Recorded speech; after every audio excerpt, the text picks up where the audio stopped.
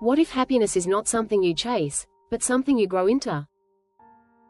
There's a powerful idea called the surrender yourself model. It suggests that happiness increases as you move upward through layers of human development. At the bottom are your basic needs: food, health, safety, stability. Without these, nothing else matters. Once those are secured, you begin to seek connection, love, belonging, relationships. You want to matter to someone. You want to be seen.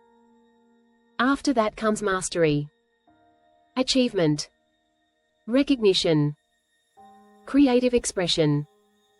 You want to become excellent at something. You want your work to reflect who you are. But here's the twist. The highest level isn't success. It's not fame. It's not even self-actualization. The pinnacle is complete surrender. Not surrender in the sense of giving up, but surrendering your ego. It's when growth shifts from, how can I win, to, how can I serve? Now let's connect this with the idea of becoming fully human.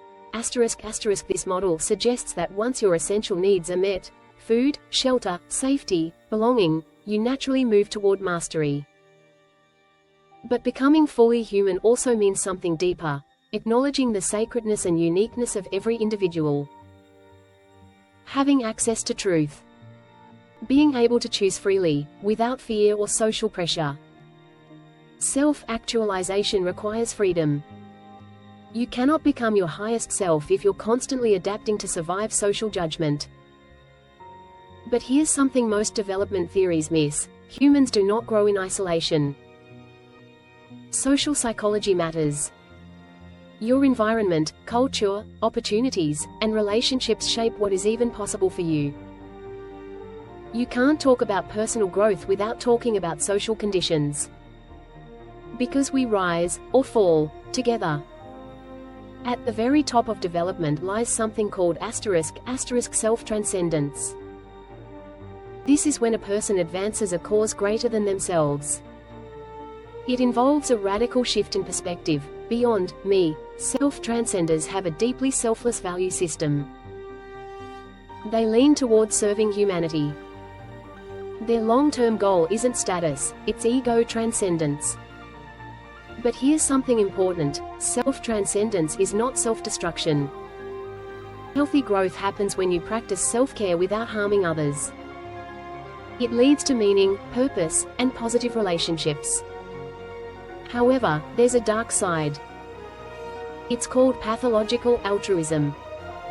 This happens when someone tries to help in ways that harm themselves or others. Helping is not automatically healthy. True growth requires balance. You cannot pour from an empty cup. Now let's talk about something fascinating. Romantic relationships. They have extraordinary potential to expand our sense of self. When you fall deeply in love, your identity stretches. You begin to see the world through another person's perspective. But there's a risk. It's called role engulfment. This is when your identity becomes entirely based on one role. I must be a perfect partner. My value depends on being a good lover. When that happens, your growth becomes fragile. But when done right, love is transformative. Healthy romantic connection can push you towards selflessness.